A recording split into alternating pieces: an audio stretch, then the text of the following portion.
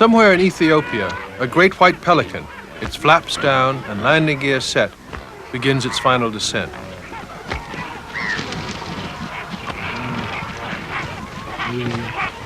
With casual assurance, it makes last-minute adjustments for a pinpoint landing.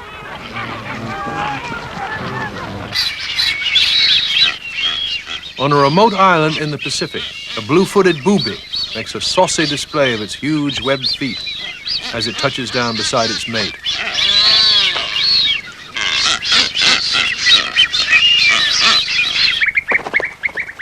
By an African riverbank, a busy colony of carmine bee-eaters jostles for nest space in a perpetual rush hour.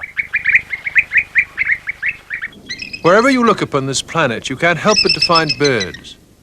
And they are there in mind-boggling profusion, in a variety of shapes, sizes, and colors that is as startling in its diversity as it is stunning to behold.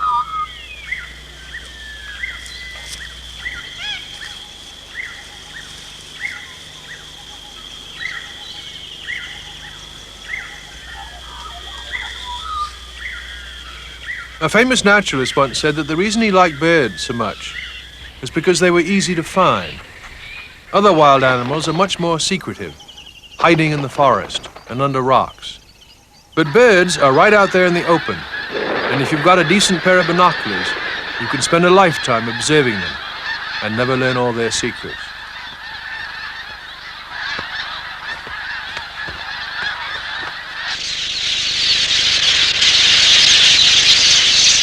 Because birds can fly, they hold certain advantages over those animals tied down to the earth. They can travel great distances to exploit habitats not available to others. They can find food and shelter that's out of reach to those of us imprisoned by gravity. And because they move so quickly, they can rely on speed to escape predation. These and other specialized talents have helped birds colonize every continent, every ocean, virtually every life zone on Earth. Birds are everywhere.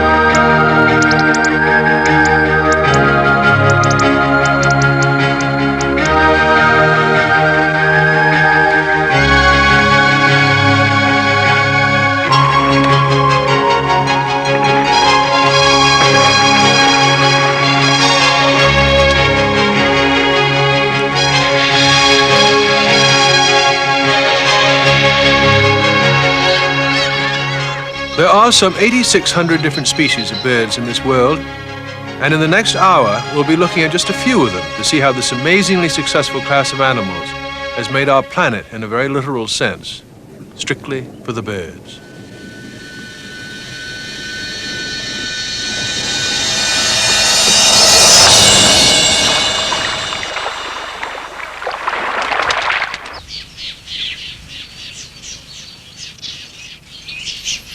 A surprising number of otherwise sensible people think of birds as, well, bird-brained.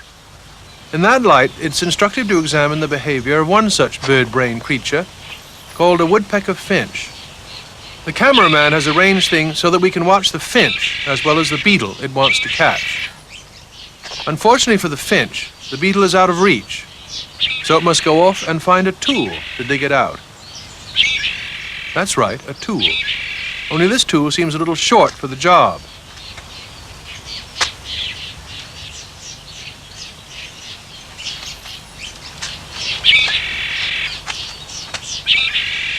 Hey, maybe it'll work.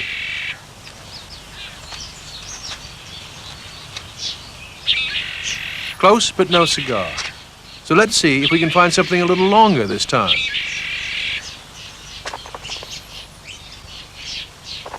Ah, that's more like it.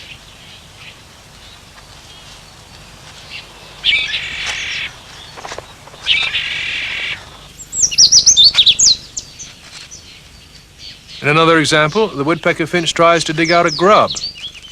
Charles Darwin first saw these birds on his trip to the Galapagos Islands, but he never witnessed this remarkable behavior. So much for bird brain. Not all birds are as sophisticated as the woodpecker finch, but then few of them have to be. These storks manage to get enough to eat just by sweeping the water with their huge bills. The golden eagle depends on its superior eyesight to hunt down prey. The enormous variety of the shapes and sizes of birds attests to the fact that each species has adapted to its own particular food source, its own particular imperatives. The largest of all living birds, the ostrich, doesn't even bother to fly. The adaptability of birds and their genius for specialization helps explain their success. It's a story that started about 140 million years ago. This famous fossil, about the size of a seagull, is Archaeopteryx, part dinosaur, part bird. It has wings, but it cannot have been much of a flyer. With that weighty skeleton and those ferocious teeth, it would have been too heavy for anything but short glides. Still, Archaeopteryx has one attribute that makes it distinctly a bird. It has feathers. All birds, and only birds, have feathers. They rank as one of evolution's most ingenious achievements, right up there with the elephant's trunk and the human brain. Feathers are made of keratin, the same substance as our fingernails. They are a modified version of the dinosaurs' scales, and an engineering marvel to boot. Each feather is constructed on a shaft which is hollow to save weight. Spreading out from the shaft are hundreds of filaments, and each filament in turn has hundreds of minuscule barbules, tiny hooks that attach to other barbules on adjoining filaments. All told, a single feather may have over 1 million barbules. Should a feather get ruffled, the bird smooths it out in the act of preening, and the feather is as good as new, like Velcro. Birds must preen almost constantly, gently nibbling and smoothing out each feather in turn.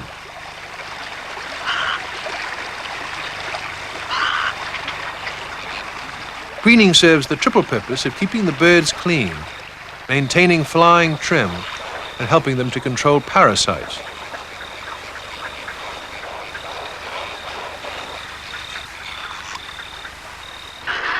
Shags and cormorants, which are diving birds, have an additional problem. Their feathers become waterlogged, and they must spend considerable time drying them out in the sun.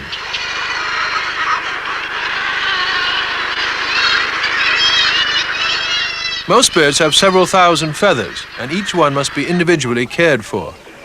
A tundra swan holds the record. Someone actually counted them all up, with a total of 25,216 feathers.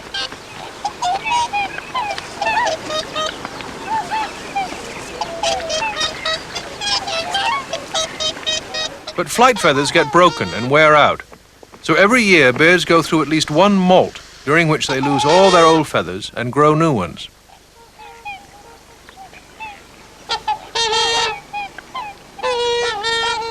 In the case of swans, like this trumpeter, they lose so many feathers at one time that they are unable to fly until the new ones grow in. During this period, they are at their most vulnerable. Wildlife authorities use the time of the molt to check out their charges and update their field studies. The new flight feathers, just sprouting from the trailing edge of the wing, are clearly evident. That's easy to say with them sticks there. How the sun make it, you ain't wore out.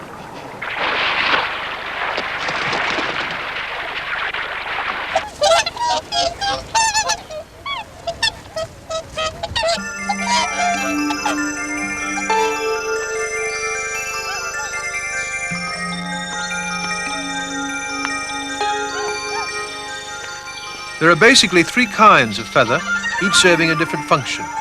large flight feathers on the wings and tail, middle-sized contour feathers which cover the body, and small fluffy down feathers which lie underneath the contour feathers.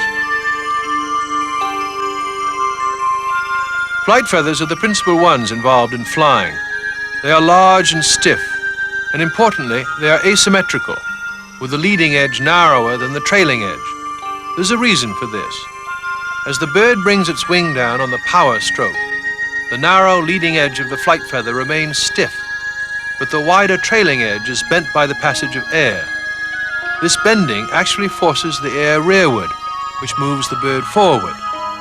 Each flight feather is quite literally a tiny propeller. Without the asymmetry of its flight feathers, birds would only be able to fly up and down, but not forwards.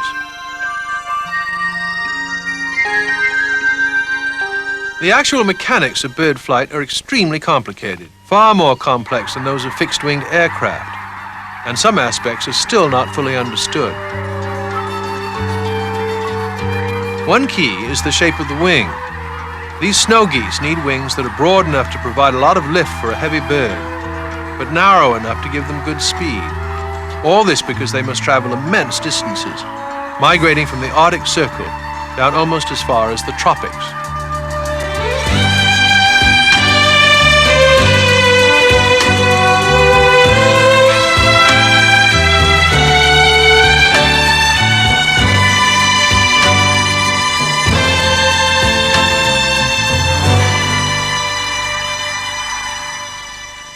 The Cory bustard, which weighs upwards of 50 pounds and is the heaviest bird to fly, needs maximum wing area just to get itself airborne.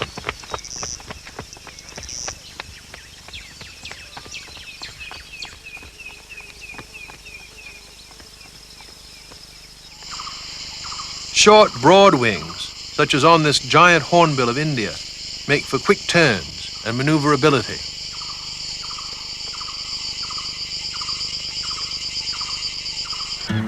The fish eagle requires even greater maneuverability than the hornbill. Speed is not important, but pinpoint accuracy is.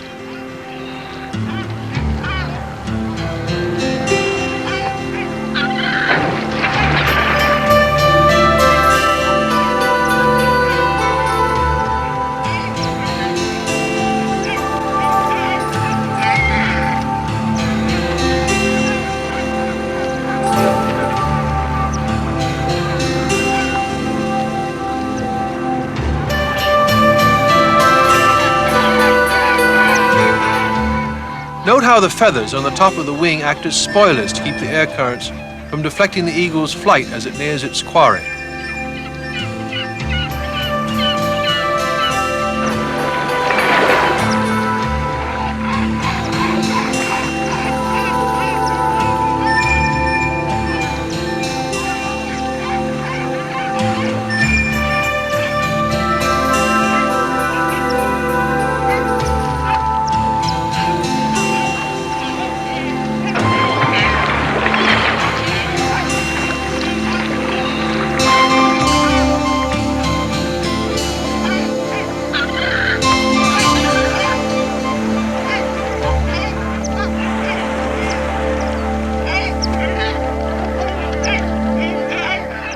In action, the fish eagle is an awesome combination of precision eyesight, aerodynamic mastery, and perfect timing.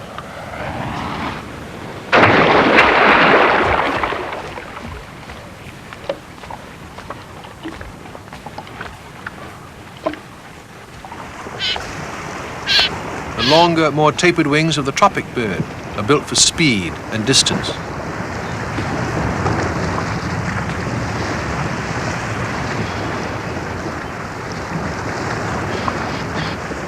The streaming central tail plumes probably have a balancing effect on flight, but they also help make the tropic bird one of the most spectacularly beautiful of all the oceanic birds.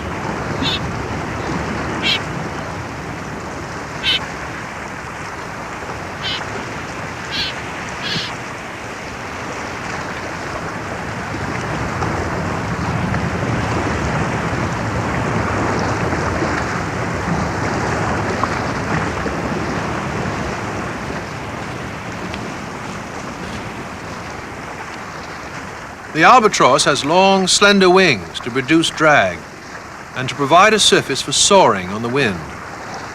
The wandering albatross has the longest wingspan of any bird, 11.5 feet. It spends virtually its entire life over the ocean, returning to land only to breed.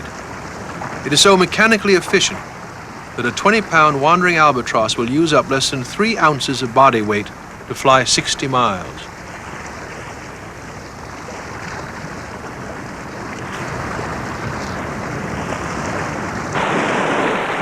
For most birds, taking off is simply a matter of jumping into the air. But achieving liftoff from the water can be a problem, even for the most experienced. Only certain birds, like this loon, manage it with any style.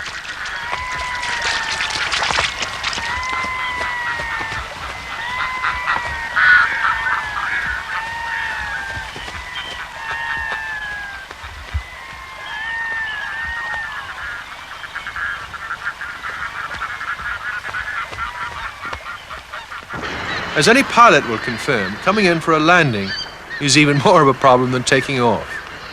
This razor bill makes it look easy. The trick is to tilt the body almost vertically and to use the wings as brakes.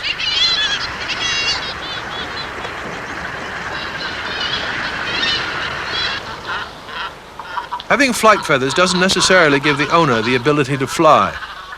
The Galapagos cormorant uses its wings primarily as a balance while walking.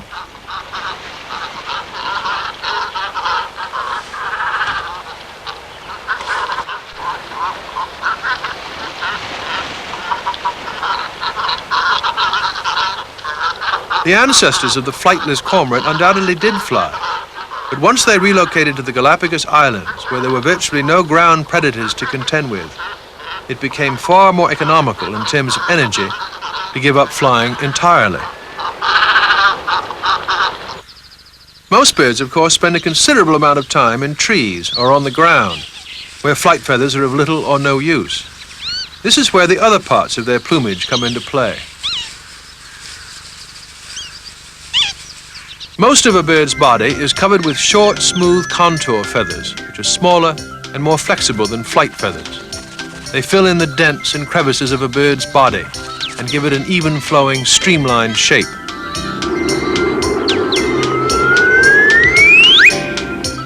If you picture a duck, the kind you might buy in a supermarket with its awkward angles and ungainly proportions, you have a pretty good idea of the problem. A naked bird is simply not aerodynamic. It won't get off the ground without contour feathers. But with a full suit of contour feathers in place, a duck's shape gives no hint of its unstreamlined body shape. Quack, quack, quack, quack, quack. One theory on the origin of feathers holds that they developed in the age of dinosaurs as an adaptation to trap and hold body heat to keep some of those long-ago lizards warm. If the theory is correct, then the fluffy little down feathers that birds grow next to their skin are the direct descendants of the first feathers. They are excellent heat traps. As a matter of fact, they are among the most efficient insulators in the world, which is why the best cold weather jackets are filled with down, and particularly the down of eider ducks. Mother eiders pluck their own down to line their nests.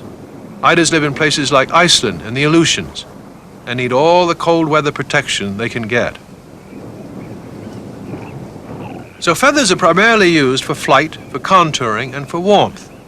But birds are resourceful creatures, and they have found other uses for them as well. Certainly one of the most intriguing special uses for feathers has been developed by these sand grouse of Africa.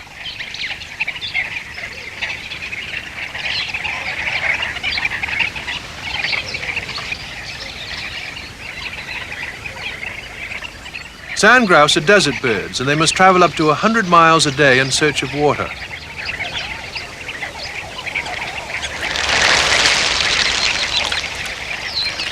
They arrive at the water holes, often in flocks of thousands, to slake their thirst.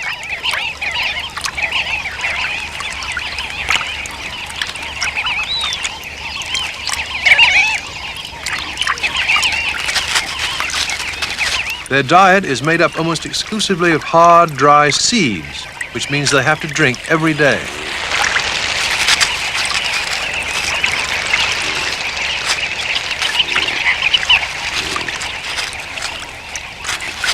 But the adult sand grouse not only have to worry about themselves, they must also provide for their young, who are still too immature to be able to fly to the water hole. This male sand grouse is dealing with a problem as we watch. Every animal on the desert must find some way to cope with the scarcity of water. Either they adapt their behavior to the harsh conditions, or, as in the case of the sand grouse, they rely on special physical adaptations.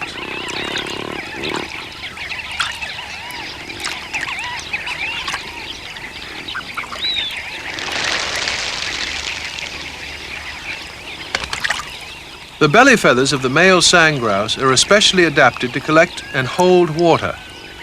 The water is held on the inside surface of each feather, and since the feathers overlap, evaporation is kept to a minimum. The sand grouse must then fly as much as 20 miles, carrying its precious cargo of fresh water to the chicks, waiting at the nest scrape.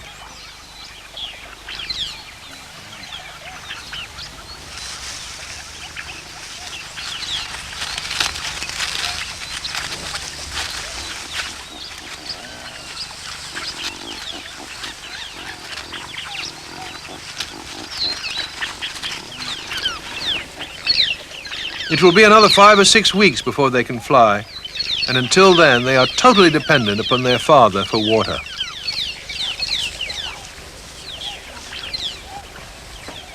And here are the chicks drinking. They could almost be nursing, like mammals.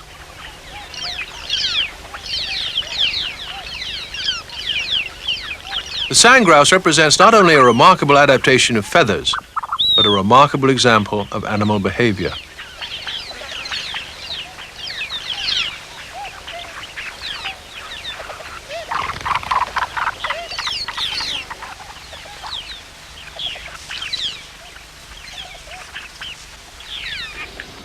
Vultures are equally specialized. They are such heavy birds, they can scarcely support themselves in flight. They must rely on upwellings of hot air called thermals to give them sufficient lift. Because of their weight, they can't begin to fly until several hours after dawn, when the sun has warmed up the earth sufficiently to create thermals.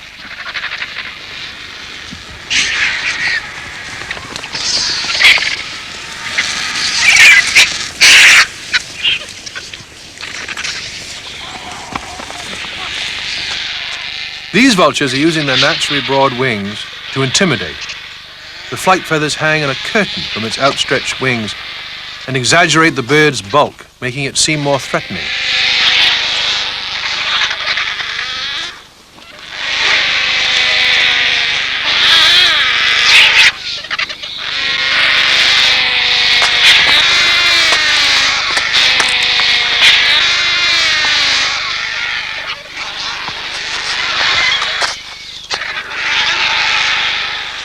You never know what will pop up next in the world of birds.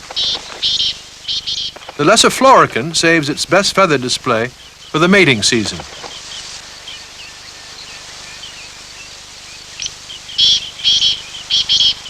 Its cousin, the greater florican, demonstrates how to puff up its neck feathers for even greater visibility. These examples, of course, demonstrate one of the most important uses of feathers, namely to provide visual stimulus for breeding.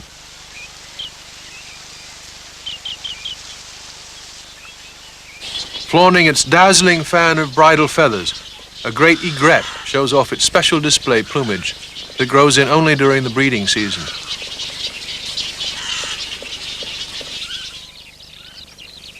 The European ruff is another spectacular breeder. These dandies look precisely like noblemen in the court of Frederick the Great. These are all males hoping to attract a female through the sheer beauty of their plumage. Birds aren't the only animals to use such a strategy. We all like to dress up to attract the opposite sex. It's just that birds seem to do it with a bit more flair than the rest of us.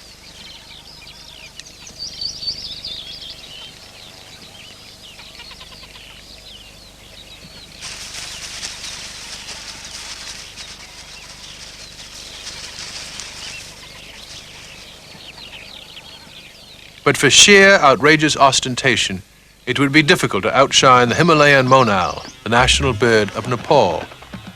This gaudy customer has a metallic look to it, as if he'd been spray painted in a California body shop. He's hunting for potatoes in the company of a couple of drab females. The almost universal rule in the world of birds is that if there are differences of plumage between the male and the female, it is the cock who is gorgeous and the hen who is plain. It makes excellent sense in terms of survival of the species. The male has to be easy to spot if he is to attract a mate, and the female must be well camouflaged if she is to sit on the nest and hatch the eggs. Many birds sport shiny iridescent feathers, but none of them carry it off with quite the dazzling sparkle of the male monal. It's easy to overlook the fact that one of the most important functions of feathers is to provide a bird with the right suit of clothes specific to its species. So feathers not only play an important part in flying, in streamlining, and in maintaining body heat, but they're also used for carrying water, for bluffing, for attracting mates, for camouflage, and who knows what else. There's probably a perfectly valid reason for that fetching little top knot on the monal's head. And now, one last adaptation of feathers. The barbs on the leading edge of the barn owl's flight feathers are raised, and this lets the barn owl fly in absolute silence.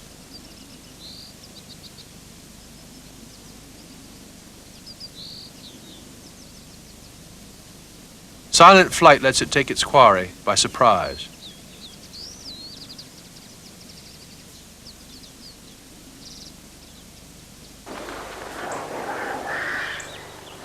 The bird patrols the grassland, watching and listening for movement below.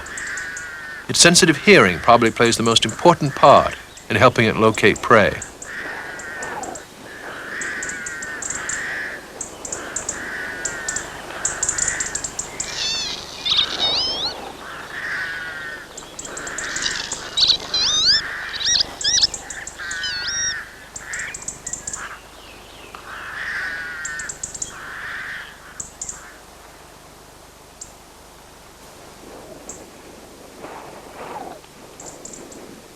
And when it's caught something, the owl carries it off to a favorite feeding spot.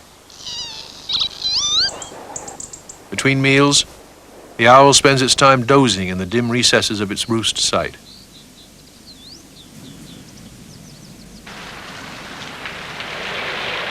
Wet weather can be a problem.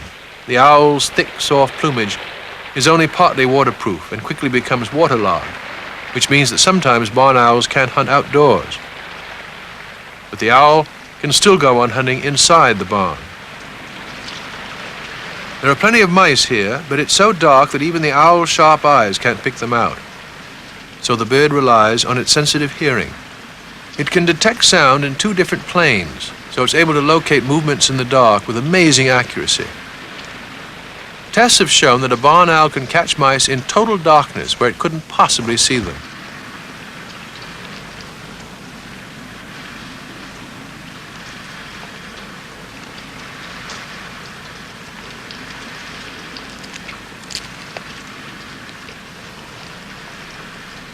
After it's made its kill, the owl flies up to a beam before starting to feed.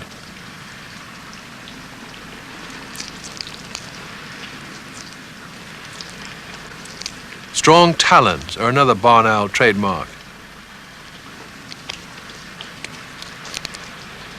In birds, good design comes naturally, but the owl's wickedly curved beak, so perfectly shaped for slicing and tearing, is a particularly effective adaptation. The shape and size of a bird's bill provides an important clue as to what it eats and how it hunts. The long stiletto, typical of the heron family, is perfectly shaped for catching or impaling fish. Beaks are made of the same keratin material as feathers and fingernails.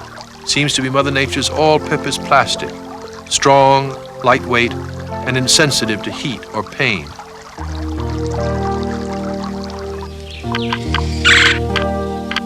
The woodpecker's bill has to be sharp enough to penetrate tree bark, yet strong enough to stand up to the repeated hammering it undergoes.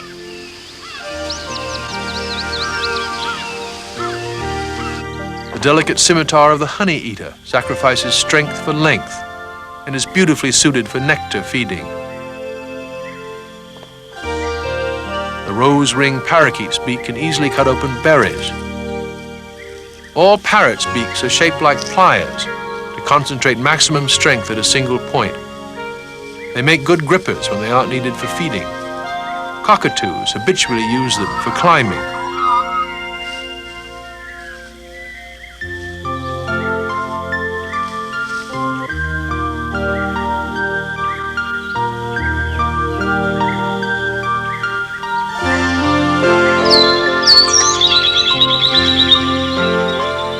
The hoopoe uses its bill to root out insects.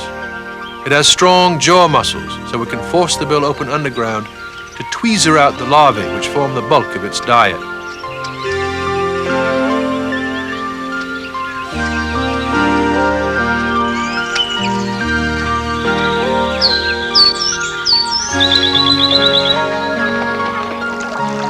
Wading birds need a long bill, but it differs in size and strength depending on what the bird feeds on.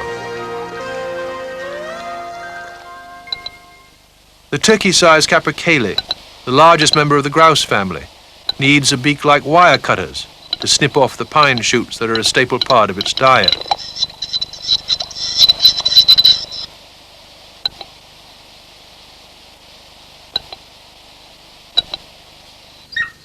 The unmistakable beak of a bird of prey, designed to cut and rip flesh. Ostriches need an all-purpose beak to handle a wide variety of foods.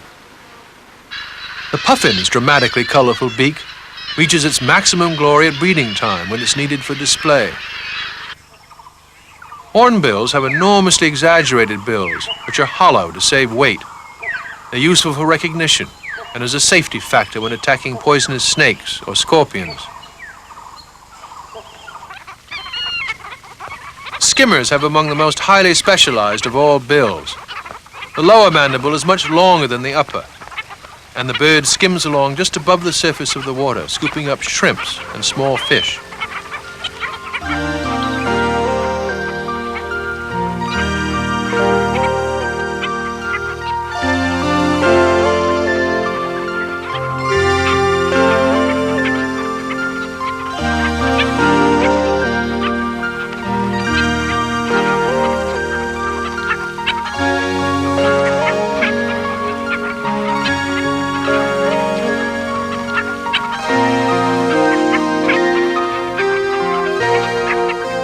Pelicans, of course, are famous for their capacious pouches, which are used as a catching trap for fish, and not as a storage pouch, as was once supposed.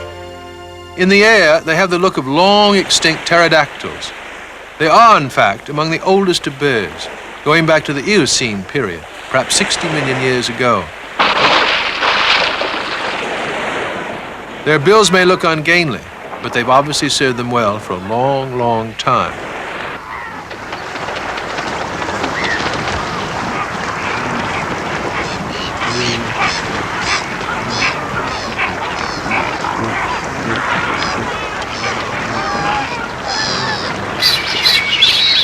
In this feeding orgy on the Rwanda border in Africa, the great bills of the pelicans give them a decided advantage over the gulls, who have to settle for leftovers.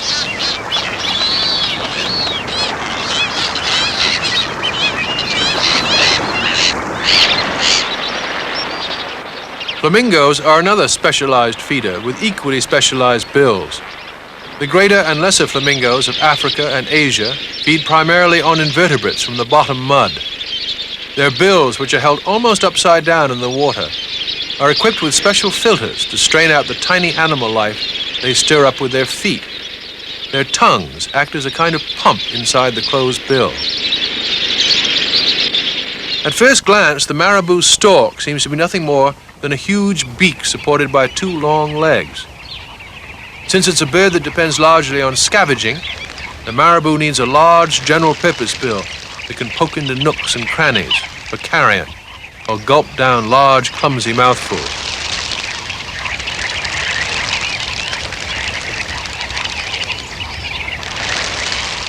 But this particular stork happens to be something more than a scavenger. It's learned to prey upon doves that come to the waterhole to drink, and it does so with deadly accuracy.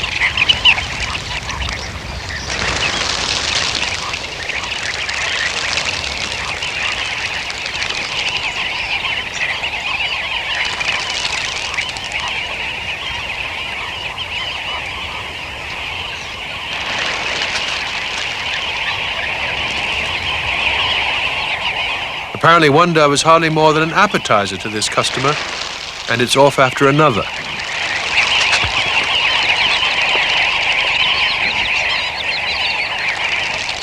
All-purpose eaters need all-purpose beaks. Here's a somewhat more specialized beak, the common curlews.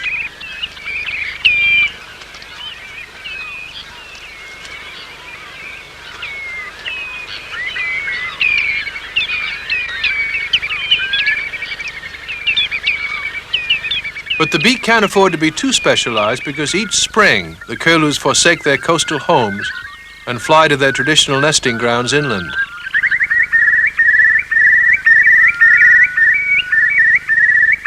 At the start of the breeding season, the moors ring with the sounds of the returning birds searching for a mate.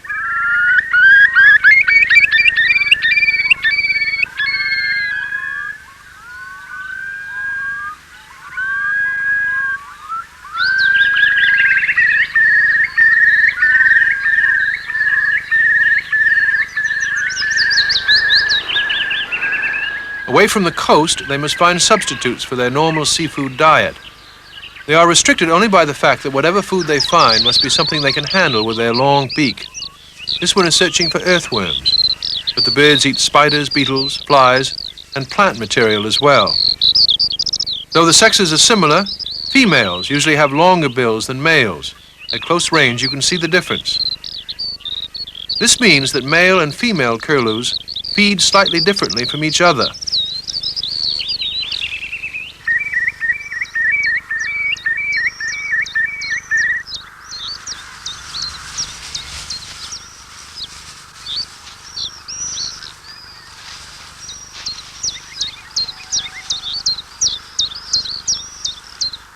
There's not much room in a curlew's egg for a long curlew beak, even a small one, so the beaks of the chicks are short and straight.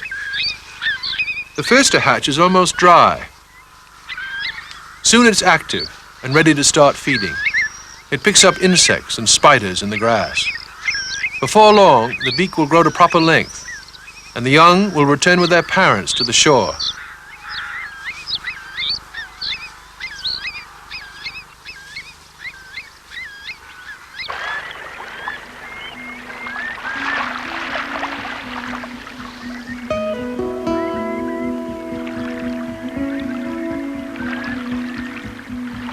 Here on the mudbanks exposed by the low tide, the curlew's long bill really comes into its own as the bird probes deep into the mud in search of food. It often washes its catch before swallowing it. The mudflats are rich feeding places for curlews. They're home to a wealth of small creatures.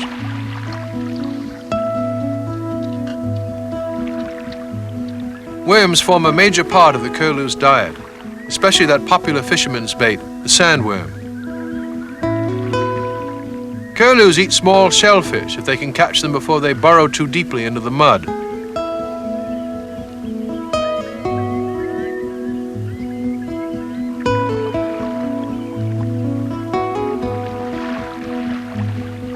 Shore crabs are another favorite, but curlews can only deal with the smaller ones. This is an attractive feeding spot for a variety of other birds as well. This is another wading bird, a redshank. This black-headed gull is paddling the mud to force small animals to the surface to eat them.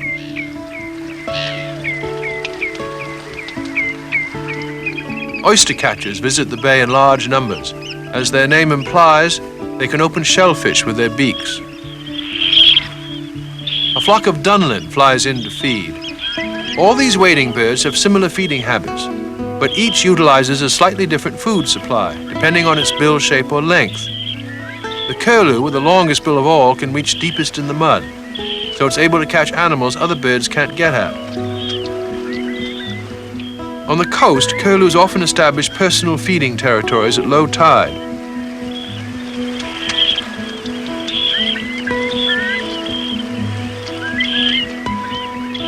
These two are pretending to feed, but they're really marking out their feeding spaces. Curlew beaks turn out to be useful for almost any occasion.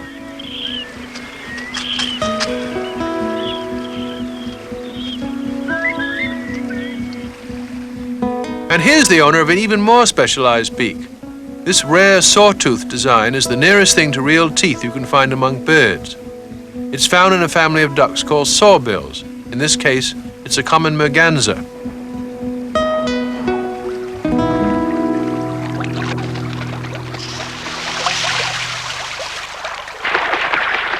They are among the most tenacious underwater hunters in the world. Watch.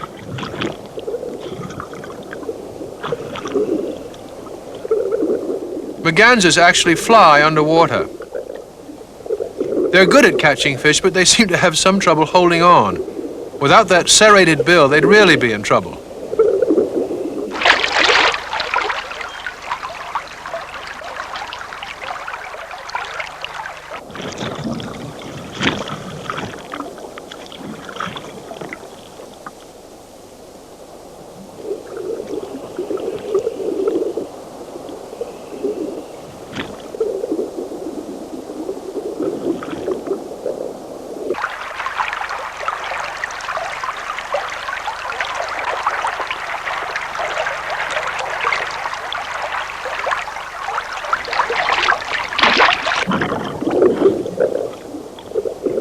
The merganser is an example of an animal equally at home in two very different environments, underwater and in the sky.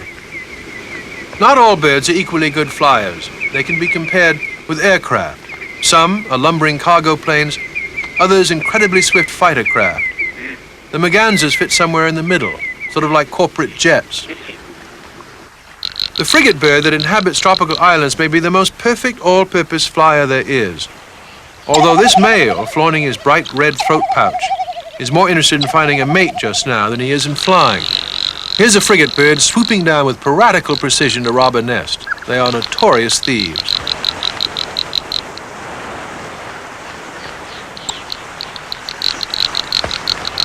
Their low-slung bodies are built for flying long distances, as well as for maneuverability.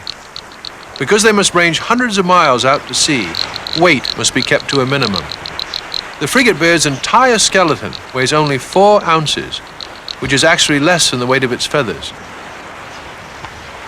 Here's one trying to steal food on the wing. They're extraordinary flyers, but on land, they're almost helpless. Their legs are so undeveloped that they can't even walk.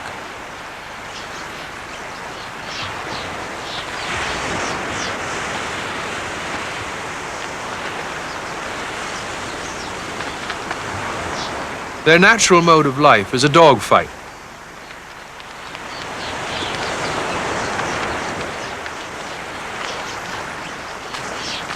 If the frigate bird has a rival for best all-around flyer, it has to be this one.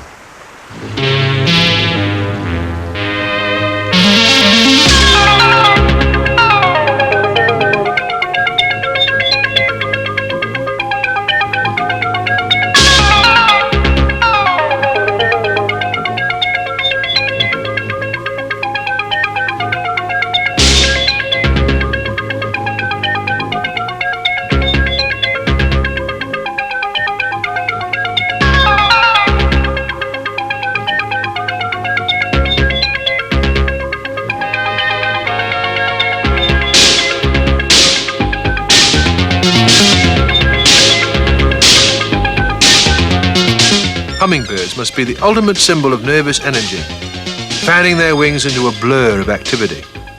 Virtually everything about hummingbirds rates some kind of superlative. They're the smallest, the quickest, the most efficient, the most colorful, and many believe the most beautiful of all birds. They can hover like a helicopter, beating their wings in a figure-8 pattern, which holds them in precisely the right place for feeding, and allows them to exploit food sources unavailable to other birds.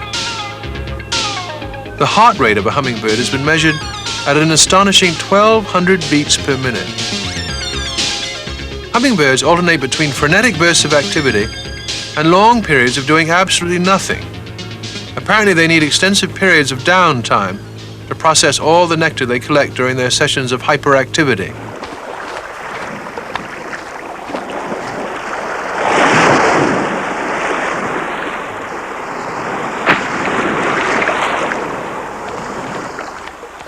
A more typical flyer. This is an osprey somewhere in Florida, a compromise design that delivers moderate speed pretty good distance, and better than average aerobatic agility. Ospreys catch their food in the water. They must be able to bank, stall, and land on a dime. And they need enough wing surface to pull themselves back in the sky when they will be carrying a fish that may weigh several pounds.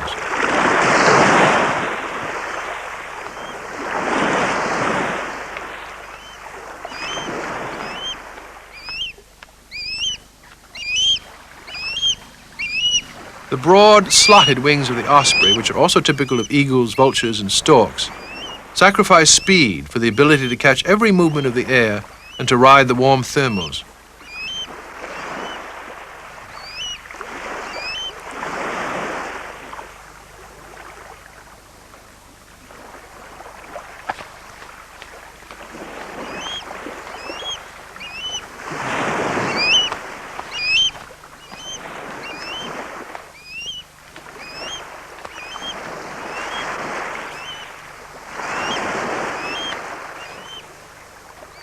Narrow pointed wings indicate a bird built for speed and distance. It's a swift. Here's a house martin. Each spring, these tiny birds have to fly 6,000 miles from Africa to their breeding grounds in Britain.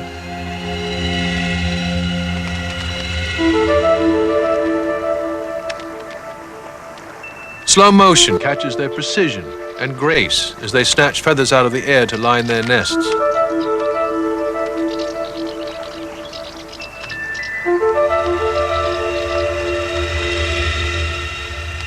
Another African migrant makes a very different trip to Europe each year. This is the white stork, the bird that traditionally delivers newborn babies. Like the vulture, it's so heavy it has to depend on warm thermals to support its weight, which means it must travel over land that has been heated by the sun. When migrating from Africa to Europe, the white stork has to make a detour around the Mediterranean, since there are no thermals over open water to buoy it up. The white stork has maintained a long relationship with the human race. This one's goal is North Germany. The unique intimacy between man and stork goes back to prehistory. The storks followed the humans' footsteps as they cleared the forests of Europe. The small towns that grew up among the fertile meadows suited the storks, giving them safe rooftop nests and the pastures as their hunting grounds. It's April now, and the first birds are entering the village. The males usually arrive first. Females follow a few days behind. Some nests have been built on platforms, especially erected for them by the villagers. The male stakes his claim on a nest by bill clapping.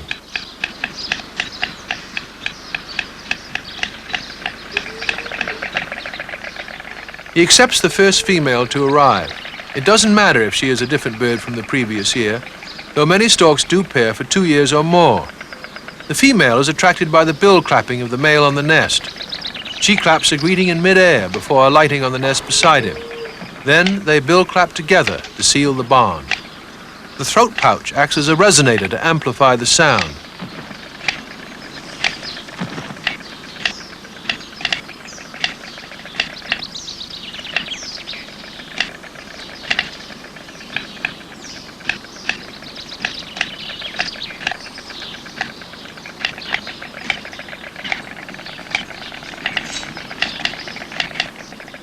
Now the storks start to repair the nest.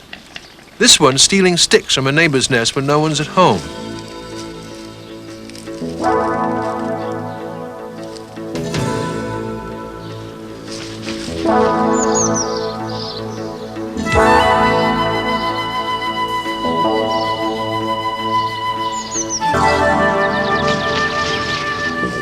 Sticks are woven around the outside and fresh hay is piled up in the center. Both male and female gather and arrange the nesting materials. Storks hardly ever build a nest from scratch, but add to old nests each year. Some nests have been in use for centuries. This particular female was ringed in this very nest as a chick 7 years ago. One nest built 400 years ago now measures over 6 feet across. Each nest weighs several hundred pounds.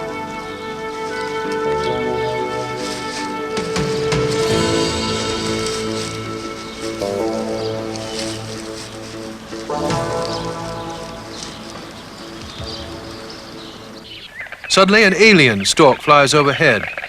Immediately, the nesting pair put on an aggressive display of bill clapping and wing pumping, defending their nest.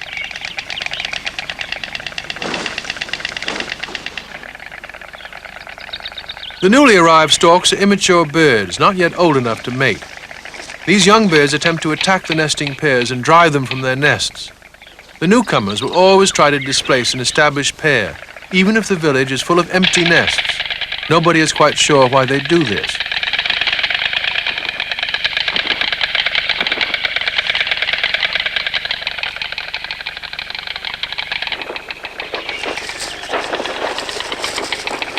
The fighting can get pretty rough, but eventually the original nest owners manage to send the intruder on his way. It's all rather mystifying behavior, but as we've seen, birds usually have a pretty good reason for whatever it is that they do.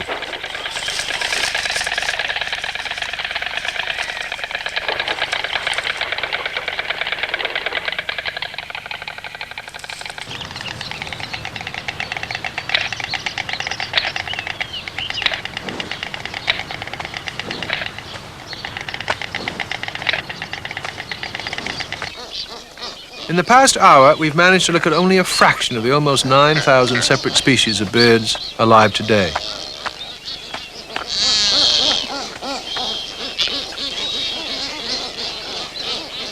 We humans can admire their beauty and diversity and envy their freedom and grace. But undoubtedly the birds see it all in quite a different light. To our eyes, the courtship ritual of the blue-footed booby may look charming, but to the blue-footed boobies, it is simply the age-old dance of life itself.